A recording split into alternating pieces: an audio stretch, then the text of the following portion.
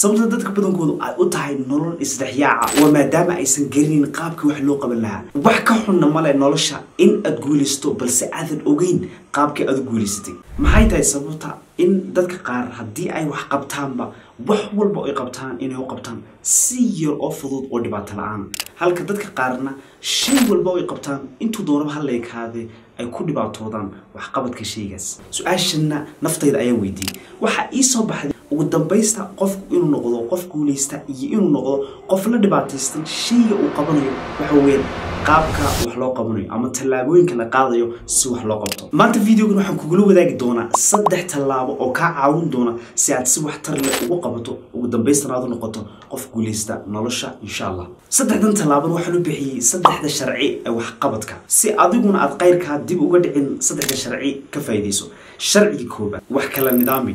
sharciga labaad ficil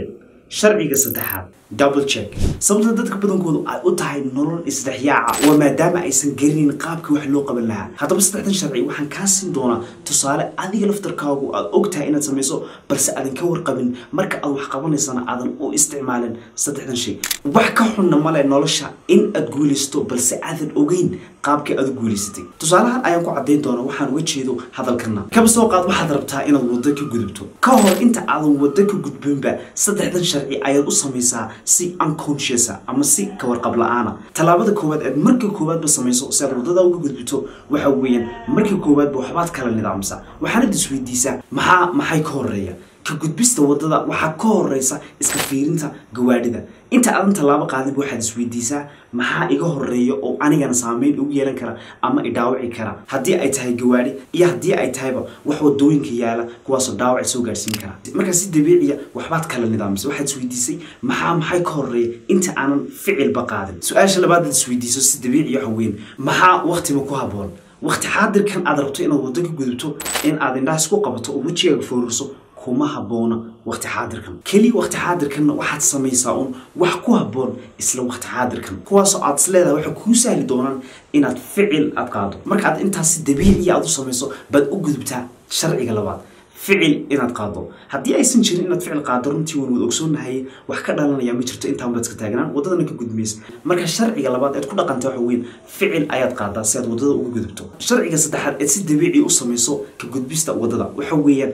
double check isla marka aad qaado talaabada ugu horeysa baad markaaba hareerahaaga waxaad ka fiirisaa in ay wax ku soo dhaweeyeen sidoo kale waxaad fiirisaa xawaaraha uu ku socdo gawaadhiga ku soo dhow sidoo kale waxaad fiirisaa adigu xawaaraha aad ku socoto inaad adiga laftarkaaga halis aad isku noqon karayso iyo in aad xawaarahaaga dejiso iyo inta ay ku jirto meesha aad u socotaa intaas oo dhanba su'aalaha noocan oo kale waxaad u samaysaa si dabiici ah tusaale aan ku siiyay haddii aadan 3 sharci ku dhaqmin waxa hubaala in gawaadhidu ay ku jeedi doonto sidaas leeg haddii aad doonayso inaad shay qabato waxaad u baahan tahay wax ka caawiya waxa aad qabanayso sidoo kalena aad u qabatid shayga aad qabanayso si waxtar leh marar fara badan waxaan isweydiin jiray maxay tahay sababta haddii laba qof loo wada dhiibo shay labada qof ay ugu dambaysta laba natiijo oo kala duwan ay u kala helaan ugu dambaystina waxaan fahmay waxa ay dadka waxa kala duwan wadada ay u marayaan shayga ay qabanayaan dadka badankoodu marar fara badan gaar ahaan qaybta xiriirka waxaad arki qof kule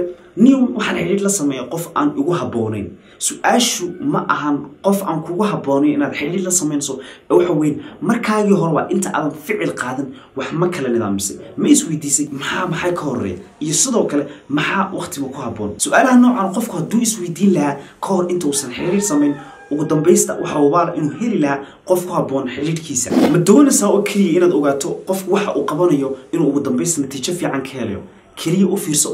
wadooyinka uu qaadayo si uu wax u qabto qofku wax ma kala nidaamiya ka hor inta uu soo qaban marar fara badan waxa laga yaabaa inaad iga maqashay weedhan uu leeyahay Warren Buffett ee ahayd inaad shay fara badan aad qabato waxa ka fiican inaad shay yar aad qabato balse si sax ah aad u qabato haddaba inaad si sax ah shayada yar u qabato waxay kaaga baahan tahay marka koowaad inaad wax kala nidaamso runtii stepka koowaad ama talaabada koowaad baa ku siin karaysa in indhahaagu ay kala furmaan si fiican aad wax u kala arki karayso sida ay shayadu u kala yaalaan iyo sida ay shayadu u kala horeeyaan sidoo kale fikirka noocana waxa leh gorgorka marka uu hawada sare u duulayo oo kaliya duulayo waxa uu kala nidaamiyaa shayada uu qabanayo wuxuu fiiriyaa shayga uu rabo ee hadafkiisa ah inta uu jiro qaabka uu dhaqaaqayo xawaaraha uu ku socdo inta uusan qaadan ficil waayo gorgorka hab fikirkiisa ayaa ah uuna og yahay haddii uu ficil qaado koor inta uusan wax nidaamin isaga ayaa isdila waxaan filayaa inaad videoga hore u daawatay aan kaga sheekeynayay hab fikirka uu leeyahay gorgorku oo aad u cajiib runtii adiguna haddii aad marar fara badan dareento in shayada aad qabanayso aad bartanka kaga tagayso ama aad dareento in maskaxdaada qarxaso shayaduna aysan ku kala cadayn waxaad qaban lahayd iyo sida ay kuugu kala muhiim yihiin waxa ka maqan waxa weyn waxbaadan kala nidaamin ka hor inta aadan wax qaban haddii uu adigana labada shay uu agtaada qiimo ka leeyahay u fiirsan inaad ku dhaqmayso saddexdan sharci si aadan ugu dambaysta waqtigaaga iyo tamartaada aadan ugu lumin shay aan ku habboonayn in aad ku lumisaba sababta aan videogan iyo videogii ahaa afarta isdhista isna disha aan u sameeyay waxa weeyaan waxaan ku jirnaa bil barakaysan bishanina badankeenu waxa aad moodaa shayada aynu qabanano qaabkaynu qabanano iyo energy iyo tamarta iyo waqtiga aynu gelinayno shay inay aad u hoosiso dhamaantood waxaanu dareenaa marar fara badan in waxyaalihii muhiimkii noo ahaa aynaan qaban sababta darteed aan videogan u sameeyay si rabadaanta aad uga faa'iidaysto wax qabadkaagu uu noqdo wax qabad aad u fiican sidoo kalena waqtigaaga iyo tamartaadan aad geliso sidoo kale si caqliyeysanna aad u isticmaasho wax ku habboonna aad u qabato ayaan sameeyay videoyadan inta aynu videoga xiga ku kulmano waxaan kaaga tagayaa videoga afartiis disha isna dhista halkan ay ku soo dhigi doono waa markii xigta daawasho wacan ayaan ku leeyahay assalaamu calaykum waraxmatullaahi wabarakaatuh